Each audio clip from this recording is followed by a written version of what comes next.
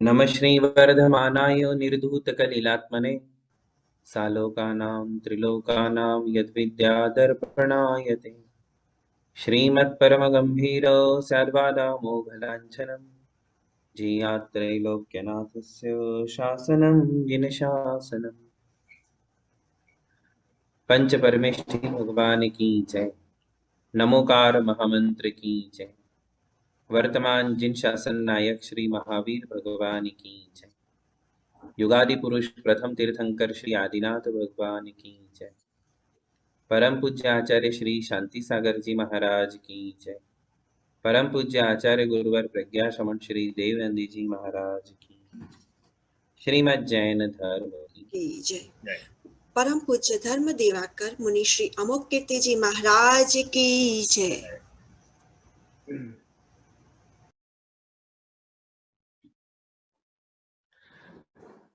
भक्तामर जी के दो काव्य पढ़ेंगे सभी मिलकर के। भक्तामर प्रणत मौलिमणि प्रभाणा मुद्योतकं दलितपापतमोवितानम् सम्यक् प्रणम्य जिनपादयुगं युगादा वालम्बनं भवजने पततां जनानाम् यः संस्तुतः सकलवाङ्मयतत्त्वबोधा दुद्भूतबुद्धिपटुभिः सुरलोकनाथैः स्तोत्रैर्जगत्त्रितयचित्तहरैरुदारैः स्तोष्ये किलाहमपि तं प्रथमं जिनेन्द्रम्। भगवान आदिनाथ को प्रणाम करते हुए आज का 32वां काव्य हम पढ़ेंगे। आप सभी लोग हमारे पीछे बोलेंगे। गंभीरतार गंभीरतार रवपूरित रवपूरित दिग्विभाग दिग्विभाग स्त्रैलोक्य त्रैलोक्य त्रैलोक्य नहीं, उसमें स है आधा, तो आधे स का भी उच्चारण करें।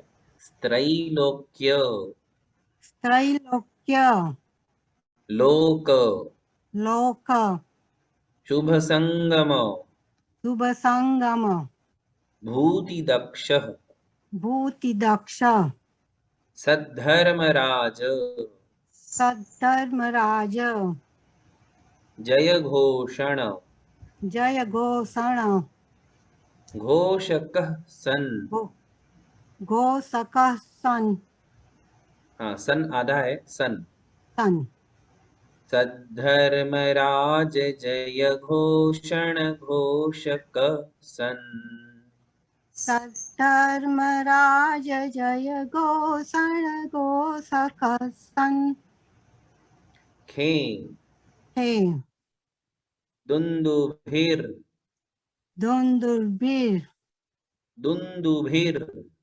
दुंदुभिर ध्वनति ध्वनति ते ते यशसः यशसः प्रवादी प्रवादी दुंदुभिर ऐसे दुंदुभिर दुंदुभिर ध्वनति दुंदुभिर ऐसे प्रैक्टिस ध्वनति। करेंगे। हाँ तो सभी को आएगा। हमें एक भी मात्रा या एक भी अक्षर छोड़ना नहीं होता है। तो जैसे ध्व के ऊपर वो आधा र है तो उसका उच्चारण होगा ही होगा। दुंदुभिर ध्वनति। दुंदुभिर ध्वनति। हाँ और एक बार पढ़ता हूँ, आप पढ़िए। गम्भीरताररवपूरितदिग्विभाग त्रैलोक्यलोकशुभसङ्गमभूतिदक्षः सद्धर्मराज जयघोषणघोषकः सन् खेदुन्दुभिर्ध्वनति ते यशसः प्रवादी। तो अभी इसका अर्थ सीखेंगे।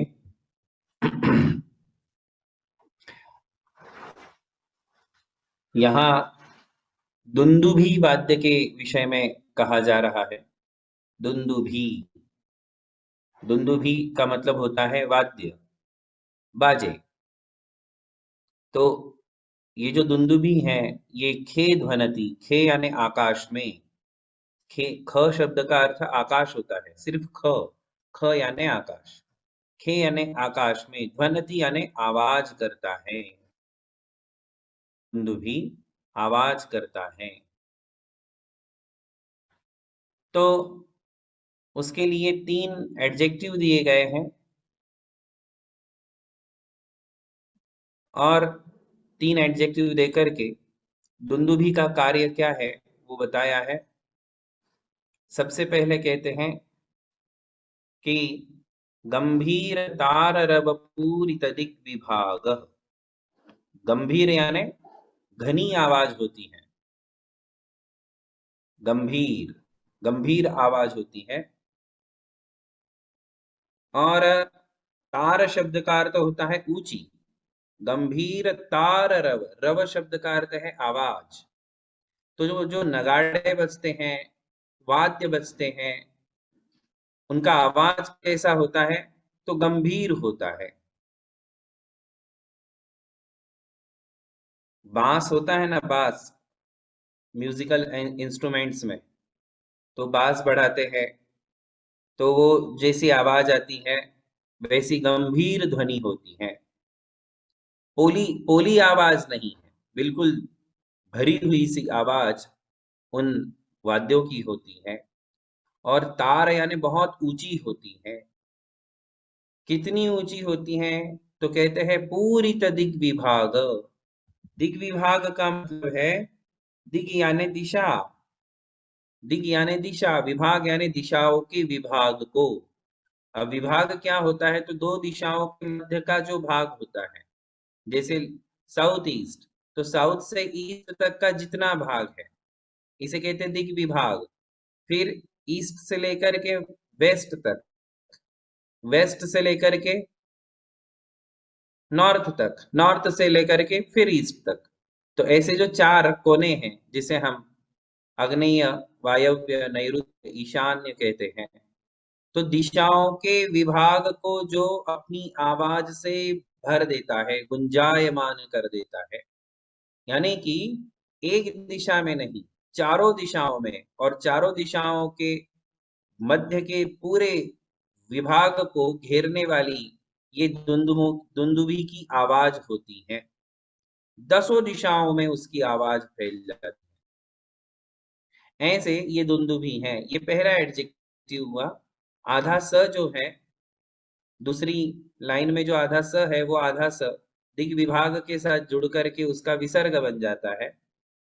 फिर दूसरा जो एडजेक्टिव है वो त्रैलोक्य से शुरू होता है। त्रैलोक्य लोक शुभ संगम भूति दक्ष।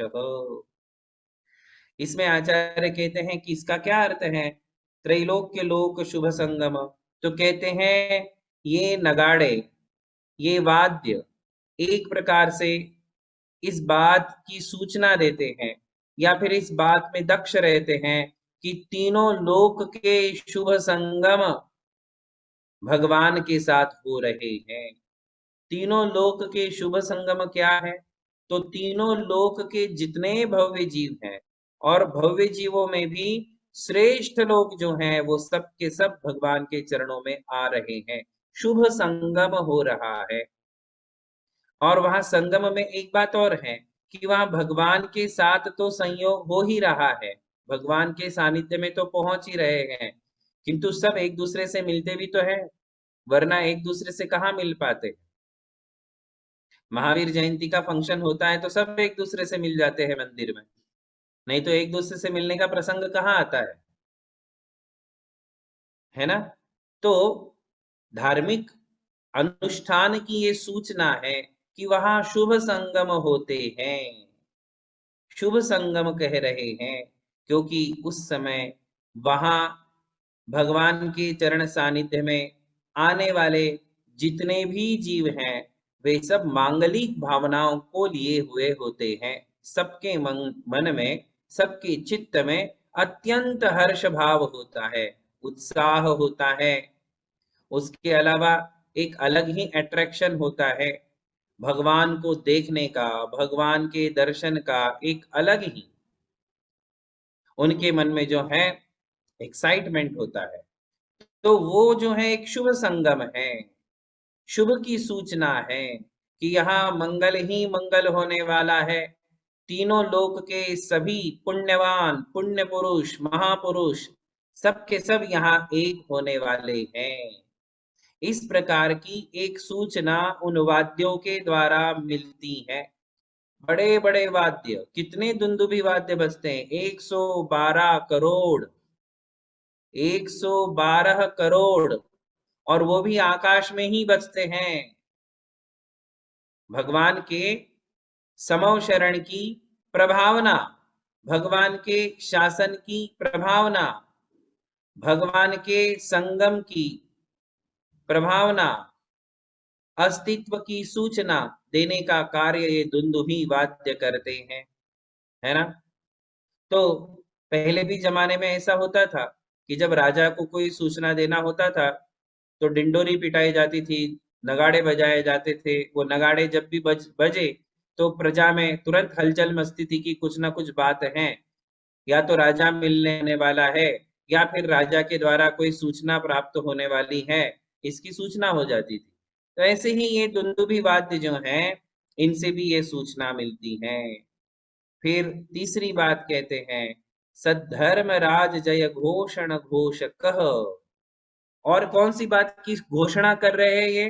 तो बोले एक प्रकार से जयकारा कर रहे हैं। सद्धर्म राज जय घोषण, जय घोषणा।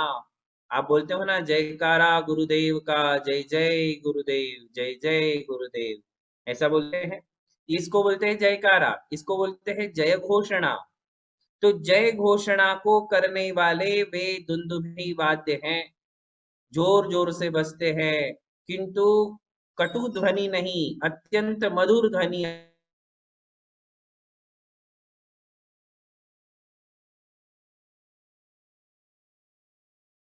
वाद्य जो बज रहे हैं ये भगवान की जयकारा लगा रहे हैं। सद्धर्म राज, सद्धर्म का मतलब है जो समीचीन धर्म है, सच्चा धर्म है, यथार्थ धर्म है, उसके राजा यहाँ पधारे हैं। सद्धर्म राज कौन है? तो सद्धर्म राज हैं धर्म तीर्थ का प्रवर्तन करने वाले तीर्थंकर भगवान, उन्हें कहा है सद्धर्म राज। और उनकी जय घोषणा, जय घोषणा करने, घोषक यानी करने वाले, घोषणा करने वाले ये दुंदुभी वाद्य हैं। तो 3 एडजेक्टिव दे दिए। देखो कैसे हैं दुंदुभी वाद्य। तो पहली बात कही कि अपनी गंभीर और ऊंची आवाज से दसों दिशाओं को गुंजायमान करने वाले ये दुंदुभी वाद्य है। फिर दूसरा कैसे हैं दुंदुभी वाद्य? तीनों लोक के शुभ की संगम, तीनों लोक के शुभ का संगम जो होने वाला है उसकी सूचना देने वाले हैं, उसकी सूचना दे रहे हैं, या उसमें दक्ष हैं, लगे हुए हैं कि शुभ का संगम होता रहे। और तीसरी बात कैसे हैं? तो सद्धर्म राज जय घोषण घोषक, ये तीसरा एडजेक्टिव है कि कैसे है वो दुंदुभी वाद्य। तो बोले अपनी आवाज से, अपनी आवाज से जिनेंद्र भगवान की, तीर्थंकर भगवान की जयकारा करने वाले वे दुंदुभी वाद्य हैं। घोषक, फिर आगे कहते हैं घोषक सन ते यशसः प्रवादी। ते यानी आपकी, भगवान के लिए कह रहे मानतुंगाचार्य जी, ते यानी तुम्हारी, आपकी, यशसः आपके यश, आपकी कीर्ति, आपकी ख्याति को प्रवादी कहने वाले हैं। प्रवक्ता होते हैं ना, प्रवक्ता लोग होते हैं ना समाज में, मीडिया में प्रभारी, मीडिया प्रभारी होते हैं, प्रवक्ता होते हैं जो आर्टिकल्स देते हैं न्यूज़पेपर्स में, तो उनको हिंदी में प्रवक्ता कहते हैं, या मीडिया प्रभारी कहते हैं जो मीडिया में प्रभाव करने का, एडवर्टाइजमेंट करने का काम करते हैं। तो ये दुंदुभी जो है एक प्रकार का एडवर्टाइजमेंट कर रहे हैं, प्रभावना कर रहे हैं। किसकी प्रभावना कर रहे हैं? ते यशसः, हे भगवान आपके यश की प्रभावना कर रहे हैं। आपका नाम, आपका यश, आपका स्वरूप, आपकी ख्याति, आपकी प्रसिद्धि का बखान कर रहे हो, ऐसे ये दुंदुभी। तो ये चौथी बात कह दी, दुंदुभी के लिए चौथा एडजेक्टिव दे दिया, ते यशसः प्रवादी, आपके यश को कहने वाले, आपकी यश गाथा गाने वाले, ऐसे ये दुंदुभी। सन इस प्रकार से होते हुए, सन के दो अर्थ कहे हैं यहाँ। सन शब्द का अर्थ है कि सन का मतलब कि ऐसे चार विशेषणों से विशिष्ट होते हुए ये जो दुंदुभी हैं, खे ध्वनति, अंत में क्या आया? खे ध्वनति, खे यानी आकाश में, ध्वनति यानी आवाज कर रहे है। तो मानतुंगाचार्य जी ने चार विशेषण दुंदुभी के लिए दिए। गंभीर ताररव पूरित दिग्विभाग पहला विशेषण, त्रैलोक्य लोक शुभ संगम भूति दक्ष, ये दूसरा एडजेक्टिव, सद्धर्म राज जय घोषण घोषकः, ये तीसरा एडजेक्टिव, ते यशसः प्रवादी, ये चौथा एडजेक्टिव। ऐसे चार स्पेशलिटी, चार विशेषता, चार गुण दुंदुभी वाद्य में होते हैं। और ऐसे दुंदुभी कहाँ बजते हैं? आकाश में। आपको बताया था ना मानतुंगाचार्य जी इनडायरेक्टली हर प्रातिहार्य का स्थान बता रहे हैं, है ना। उच्चैर अशोक तरु संश्रित, उसमें कहा था कि अशोक तरु जो है ऊपर शोभायमान हो रहा है। फिर कहा था सिंहासने मणिमयूख, सिंहासने सप्तमी विभक्ति का प्रयोग करके कहा कि सिंहासन जो है वो नीचे है। चमर के लिए कहा था कि वो आजू बाजू में आपके ढुरते हैं। इस प्रकार एक एक प्रातिहार्य का स्थान भी आचार्य श्री बता रहे हैं। छत्रत्रय के लिए भी कहा था कि वो आपके सिर के ऊपर, शिरसी, शिरसी यानी सिर के ऊपर, ये तीनों छत्र। तो ऐसे शब्दों का प्रयोग किया है, ऐसी विभक्तियों का प्रयोग किया है जिससे हमें उनका स्थान पता चल जाता है कि समव शरण में प्रातिहार्य भगवान के कौन सी बाजू में होते हैं, कौन सा प्रातिहार्य नीचे है, कौन सा ऊपर है, कौन सा आजू बाजू में है, कौन सा आकाश में है। तो समव शरण से बिल्कुल ऊपर जाकर के आकाश में, जिससे चारों दिशाओं में उसका, और समव शरण में कोई डिस्टरबेंस नहीं। सबसे बड़ी बात ये कि 112 करोड़ वाद्य बज रहे हैं किंतु भगवान की सभा में किसी प्रकार का डिस्टरबेंस नहीं। क्या बोलते हैं आप उसको? वॉइस पोल्यूशन नहीं, नॉइस पोल्यूशन नहीं, कोई पोल्यूशन नहीं है वहां। रत्ती भर भी आवाज नहीं आएगी उन 112 करोड़ वाद्यों की। मतलब वहां जो भगवान की दिव्य ध्वनि हो रही है, उपदेश चल रहा है, बड़ी शांति से, एकाग्रता से वहां सभी लोग सुनते हैं। और 112 करोड़ भी बाजे बात बजते हैं। बताइए आप, अपने तो मंदिर के बाहर बाजे बजे तो अपने को भगवान के अभिषेक की आवाज भी नहीं आती, कौन सा मंत्र पढ़ रहे हैं वो भी सुनाई नहीं देती है ना। तो ऐसा वहां नहीं है, वहां का सिस्टम बड़ा बेजोड़ है, जोरदार है। तो इस प्रकार से दुंदुभी प्रातिहार्य का वर्णन किया। इसी के लिए कल्याण मंदिर जी में बहुत ही सुंदर बात कही है। वहां कहते हैं कि ये बाजे जो बजते हैं आकाश में, वहां की थोड़ी, कल्याण मंदिर जी में थोड़ी अलग कल्पना की है और बड़ी सुंदर कल्पनाएं की हैं। तो वो कहते हैं कि जितने सोए सोए हुए लोग हैं उन्हें उठाने का काम करते हैं दुंदुभी। आगत्य निर्वृतिपुरम प्रतिसार्थवाहम, भो भो प्रमादम अवधूय भजध्वमेन, आगत्य निर्वृतिपुरम प्रतिसार्थवाहम एतन् निवेदयति देव जगत्त्रयाय मन्ने नदन भिनभ सुरदुंदुभिस्ते। सुरदुंदुभि ऐसा शब्द का प्रयोग किया है कि ये देवों के वाद्य हैं। वो क्या कहते हैं? बोले इतनी ऊंची आवाज में, मधुर आवाज में सबको लिए जो कह रहे हैं, भो भो, अरे इंसानों, अरे लोगों, अरे भव्य जीवों। भो भो, भो भो का मतलब है अरे भव्य जीवो, प्रमादम अवधूय, प्रमाद को छोड़ो, उठो, प्रमाद को छोड़ो, आलस्य को छोड़ो और यहाँ आ जाओ। कहाँ आ जाओ? प्रतिसार्थवाहम, जो मोक्ष के लिए निर्वाण मार्ग, मोक्ष मार्ग में आपको ले जाने के लिए एक अच्छे सार्थवाह यहाँ आए हुए हैं। आपको अपने साथ ले जाने वाले सार्थवाह यहाँ आए हुए हैं।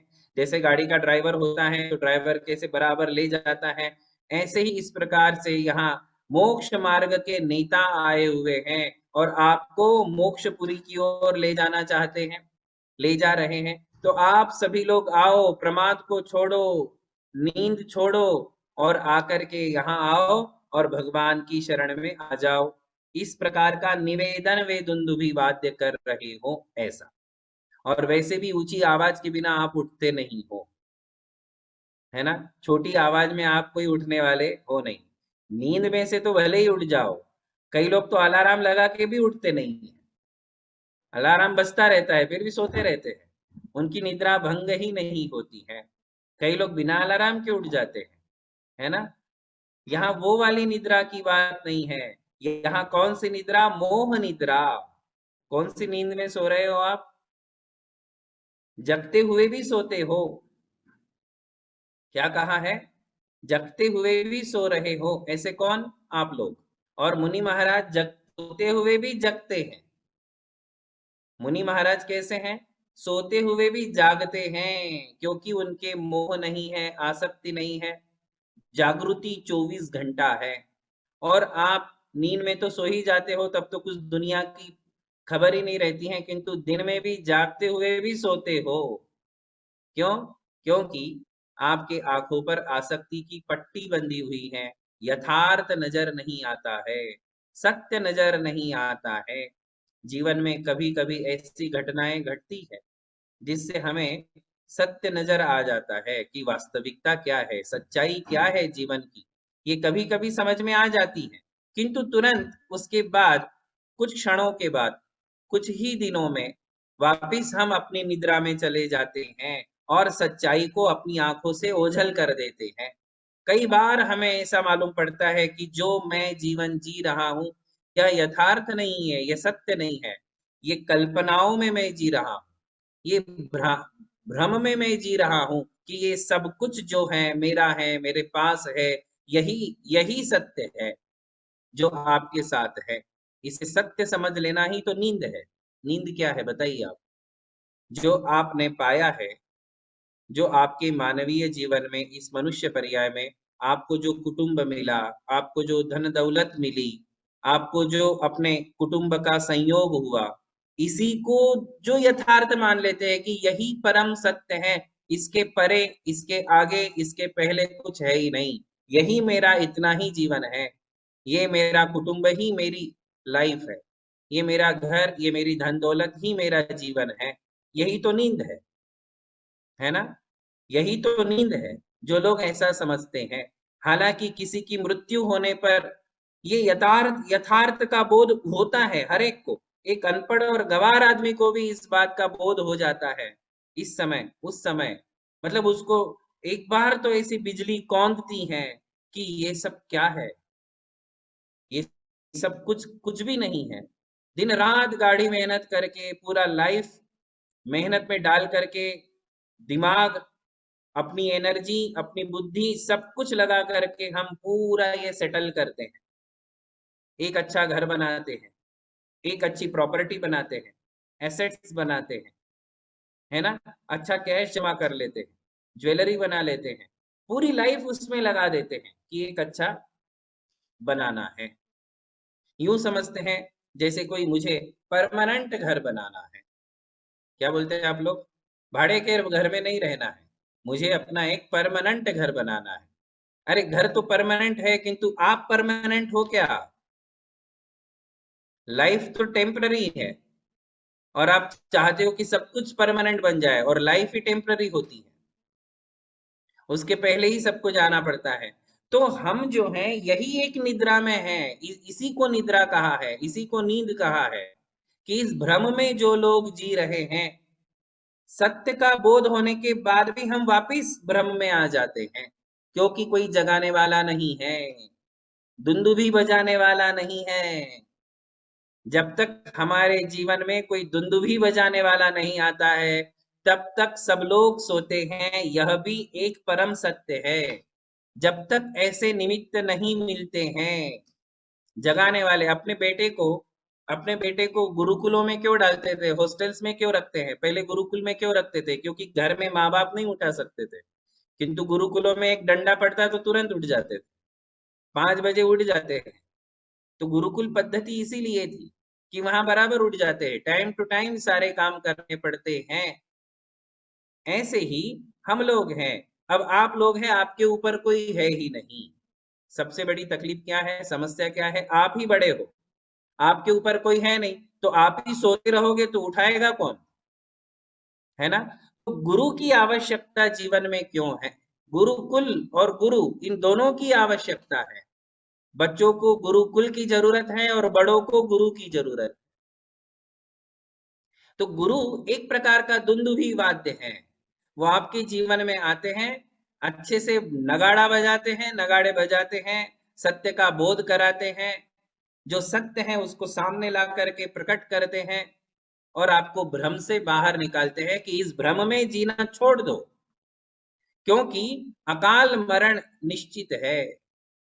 सकाल मरण करने वाले, सकाल यानी समय पर मरने वाले बहुत कम होते हैं मनुष्य, और आयु पूरी होने के पहले ही जाने वाले लोग अधिकतम होते हैं कर्म भूमि में। 99% लोग अपनी पूरी आयु भोगते नहीं है, उसके पहले ही चले जाते।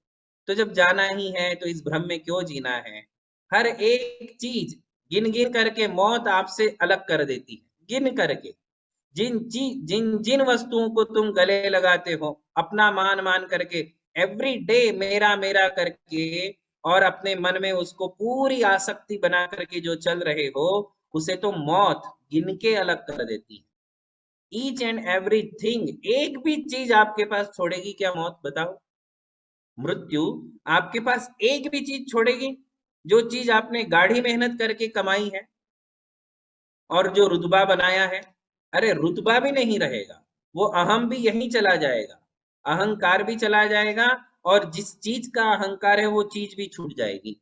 तो मृत्यु ये एक परम सत्य है, और वो हमारी आत्मा से, शरीर को लेकर हर एक चीज को अलग कर देती है। इसलिए हमें यथार्थ में जीना चाहिए, और आत्मा जो अकेली ही बचती है जाते समय, उस आत्मा का कल्याण, उस आत्मा को सही दिशा दिखाने वाले जो हैं, उस धर्म के प्रति हमारे लिए वो श्रद्धा का दिया जला लेना चाहिए। जो लोग इस भ्रम से थोड़े बाहर आकर के वो दिया जला लेते हैं, ज्ञान का दिया, कौन सा दिया? श्रद्धा का दिया, ज्ञान का दिया, फिर उनका जाना अखरा नहीं है। उन लोगों का जाना कोई जाना नहीं है, क्योंकि उन्होंने वो दिया जल के पहले जला लिया। अब वो जहां भी जाएंगे वहां रोशनी होगी, और जो बुझा हुआ दीपक लेके जाते वो अंधेरे में जाते और अंधेरे में फंस जाते हैं। इसलिए मृत्यु के पहले वो श्रद्धा का, ज्ञान का, रत्नत्रय का, धर्म का दिया हम सबको जला लेना चाहिए, और उस दिए के प्रकाश में हमें अगले जीवन की, परलोक की यात्रा करनी चाहिए, जिससे हम यहाँ भी रोशनी में रहेंगे और वहां भी रोशनी में रहेंगे। इस प्रकार की जो आध्यात्मिक बातें हैं, यथार्थ बातें हैं, वो हमारे लिए देव शास्त्र गुरुओं से सुनने को मिलती हैं। इसलिए वो दुंदुभी वाद्य आपको भी कह रहे हैं कि आओ, देव शास्त्र गुरु के सानिध्य में आओ और जीवन के यथार्थ को समझो। तो इस प्रकार ये 32वें काव्य का भावार्थ हुआ। आज इतना है। गंभीरताररवपूरित दिग्विभाग त्रैलोक्यलोकशुभसङ्गमभूतिदक्षः सद्धर्मराजजयघोषणघोषकः सन् खेदुन्दुभिर्ध्वनति ते यशसः प्रवादी। बोलिए आदिनाथ भगवान की। परम पूज्य धर्म दिवाकर आश्रमार्ग प्रभावक मुनि श्री अमोघ कीर्ति जी महाराज की जय। मुनि श्री युगल मुनि महाराज की जय। नमोस्तु महाराज जी, नमोस्तु सभी को महाराज जी, आशीर्वाद नमोस्तु है। महाराज जी। महाराज जी।